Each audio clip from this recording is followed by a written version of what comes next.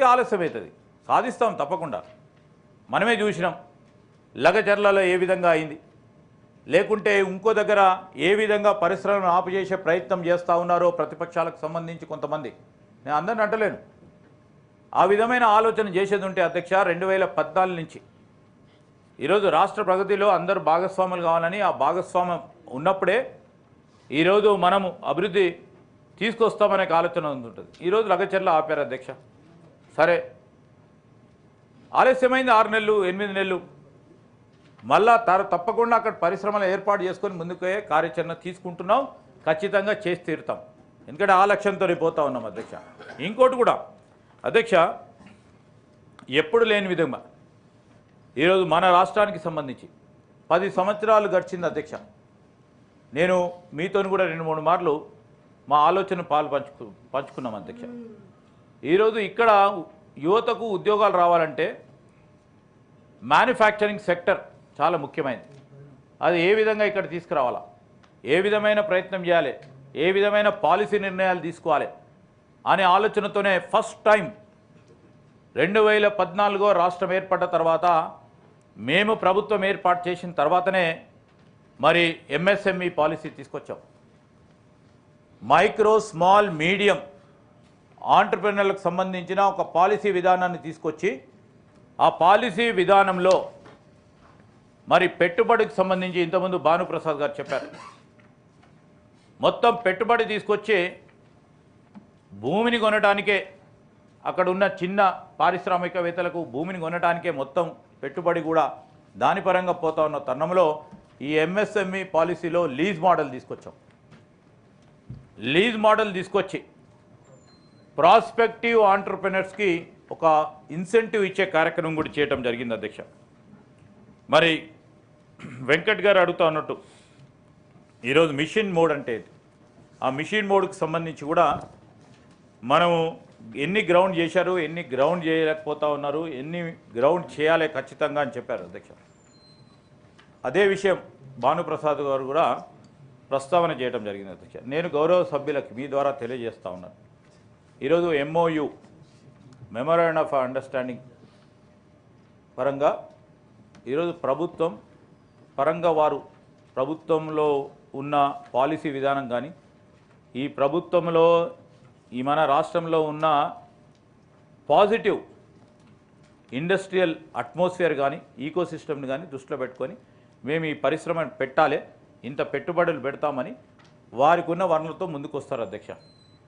దాని తదుపరి మా ప్రభుత్వం తరఫున, మా అధికారుల పక్షాన, ఈ రాష్ట్ర ప్రభుత్వం తరఫున ఎక్కడ కూడా పెట్టుబడిదారులకు సంబంధించి ఎక్కడ కూడా ఇబ్బంది రాకూడదని ఈజ్ ఆఫ్ డూయింగ్ బిజినెస్కి సంబంధించిన పాలసీ విధానం కానీ, లేకుండా వారికి కావాల్సిన పర్మిషన్లు కానీ, వారికి కావాల్సిన ఆంక్షలు కానీ ఎక్కడ కూడా సులువుగా ఉండటానికి, సీమ్లెస్గా ఉండటానికి చేస్తూ ఉంటాం ప్రయత్నం అధ్యక్ష. మా భానుప్రసాద్ గారికి తెలుసు, కొన్ని సందర్భాల్లో ఫైనాన్షియల్ క్లోజర్ కాదు ఇండస్ట్రీస్కి. వారు అనుకున్న సమయంలో వారికి లోన్ రాకపోవచ్చు, వారు అనుకున్న సమయంలో ఫైనాన్షియల్ క్లోజర్ చేయకపోవచ్చు. 2-3 కలిపి వారు అనుకుంటారు, ఈరోజు ఒక 3 నెలల తర్వాత వారి మధ్యలో పడలేకనో, లేకుంటే వారికి సంబంధించిన పెట్టుబడులు రాలేకపోయిండొచ్చు. ఆ అంశాన్ని పక్కన పెడితే, అటు సైడ్ ఉన్న అంశాన్ని పెట్టుబడితే మా ప్రభుత్వం తరఫున మేము అన్ని తీర్లా ముందుకు వెళ్తా ఉన్నాం. దాంట్లో జనరలీ కూడా సార్ అధ్యక్ష, భానుగారు చెప్పినట్టు ఎంఓయూలు చేసుకుంటూ ఫస్ట్ స్టెప్ అయితే దాని తదుపరి ఇంకో 9 స్టెప్స్ ఉంటాయి. దానికి అమలులోనే మేము చేసుకున్న ఒప్పందాలకు సంబంధించి, దావోస్లో మేము చేసుకున్న ఒప్పందాలకు సంబంధించి అధ్యక్ష చాలా 60% వరకు గ్రౌండ్ చేసే కార్యక్రమం చేశాం. This is highest ever ground చేయడానికి వెంటనే ఉండి మా అధికారుల పక్షాన, సార్ మేము కూడా ప్రైవేట్ రంగంలో ఏ విధంగా పనిచేస్తారో మా అధికారులు కూడా అదే విధమైన ప్రయత్నం చేయకుండా ఉంటే, ఈరోజు ఉదాహరణకి ఎవరైనా పెట్టుబడిదారు ముందుకు వస్తే వారి రోజు బాగున్నారా అని దగ్గర నుంచి మొదలు పెట్టుకొని మీరు ఎక్కడికి పోవద్దని, ఎందుకంటే కాంపిటేటివ్ స్పిరిట్లో పోతా ఉన్నారు అన్ని రాష్ట్రాలకు సంబంధించి.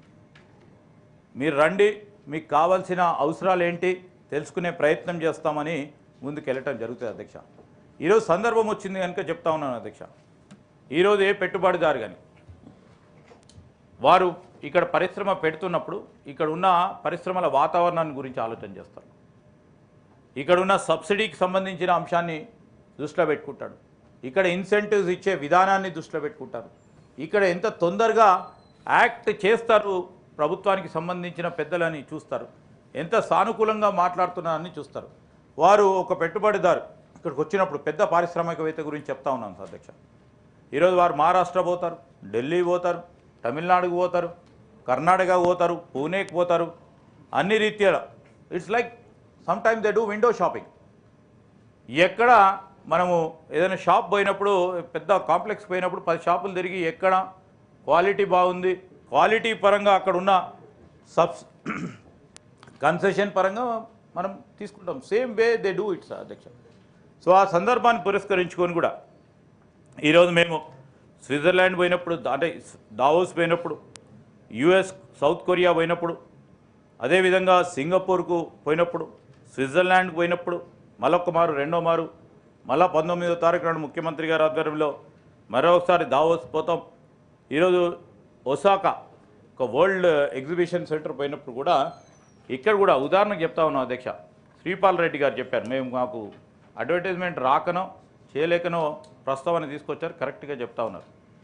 మేము ఫస్ట్ టైం దావోస్ పోయినప్పుడు 40,232 కోట్ల సంబంధించి ఎంఓయూలు చేసుకున్నాం అధ్యక్ష.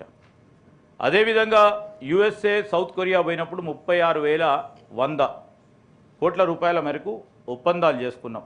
సింగపూర్ పోయినప్పుడు ట్రాన్సిట్ హాల్ట్ కనుక అక్కడ కూడా ఒక బిజినెస్ డెలిగేషన్తో మాట్లాడి 3,950 3,950 కోట్ల మేరకు. మరొక మారు మొన్న గత సంవత్సరం దావోస్ పోయినప్పుడు మొట్టమొదటిసారి ఇంత పెద్ద ఎత్తున పెట్టుబడులు వచ్చాయి అధ్యక్ష.